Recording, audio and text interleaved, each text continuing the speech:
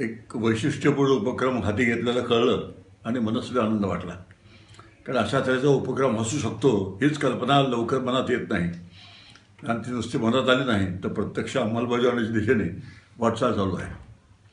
हा जो उपक्रम आहे ह्या उपक्रमासाठी पुष्कळ श्रम लागणार आहेत, पुष्कळ वेळ लागणार आहे आणि पुष्कळ पैसे लागणार आहेत. पण हा उपक्रम सर्व मराठी बोलणाऱ्यांच्या दृष्टीने एक उत्तेजना देणार आहे की परदेशात राहूनसुद्धा माणसं आपापल्या पद्धतीने आपापल्या क्षेत्रामध्ये महादेशाचे संबंध जपू शकतात, वाढवू शकतात. आणि असा जर संदेश या उपक्रमातून सर्वांना मिळाला तर मराठी माणूस एकत्र व्हायला, मराठी माणसांचा आपापसात सौहार्द निर्माण व्हायला मदत होईल.